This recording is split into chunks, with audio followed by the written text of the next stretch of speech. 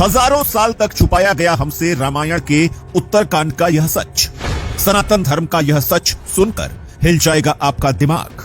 रामायण में जो आपने आज तक सुना है वो है पूरी तरह से गलत। रामायण के उत्तरकांड में सनातन धर्म के दुश्मनों ने कर रखी है मिलावट। भगवान राम को बदनाम करने की सबसे बड़ी साजिश का हुआ पर्दाफाश। दुनिया के वैज्ञानिकों ने किया भगवान राम को लेकर सबसे बड़ा खुलासा। दोस्तों, रामायण का उत्तरकांड एक ऐसा विषय है जिसे लेकर सनातन धर्म के दुश्मन भगवान राम को जातिवादी और नारियों से नफरत करने वाला बताते हैं, जो पूरी तरह से गलत है।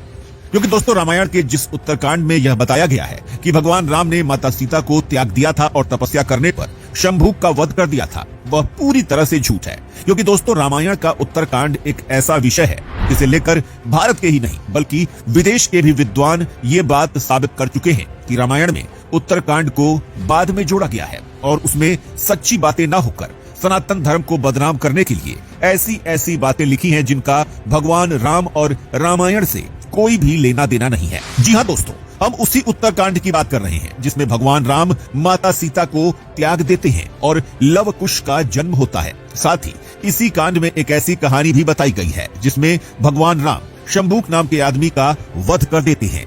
लेकिन दोस्तों, इन बातों में कोई भी सच्चाई नहीं है और यह बात हम नहीं कह रहे, बल्कि यह बात तो समय समय पर दुनिया भर के विद्वान कह चुके हैं। और सच्चाई ये है कि महर्षि वाल्मीकि ने जो रामायण लिखी थी उसमें 6 कांड ही थे।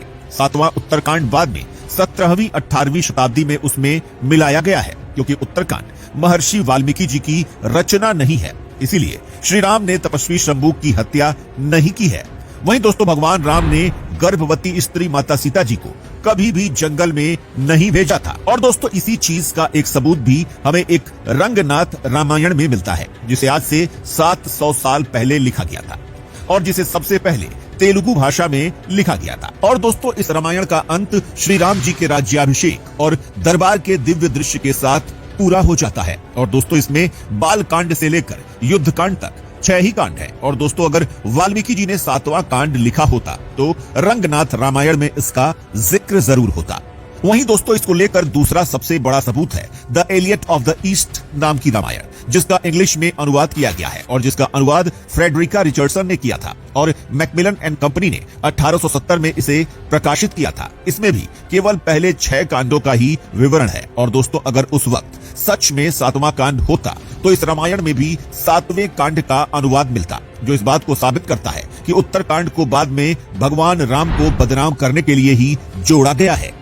और दोस्तों, यह बात हर कोई जानता है कि भगवान राम मर्यादा पुरुषोत्तम थे, जिन्होंने अपने पिता के एक वचन की मर्यादा रखने के लिए अपना सारा राजपाट छोड़ दिया और वह 14 सालों के लिए वनवास में चले गए। और दोस्तों, ऐसे मर्यादा पुरुषोत्तम राम अपनी गर्भवती पत्नी सीता का त्याग कैसे कर सकते हैं? इस बात को आप जरा सोच कर देखिए। इससे दोस्तों, इसी चीज का सबूत मिलता है कि 17वीं और 18वीं ईस्वी में जानबूझकर हमारे धर्म ग्रंथों में छेड़छाड़ की गई ताकि भगवान राम को बदनाम किया जा सके और हमारी सनातन धर्म की संस्कृति को तबाह किया जा सके।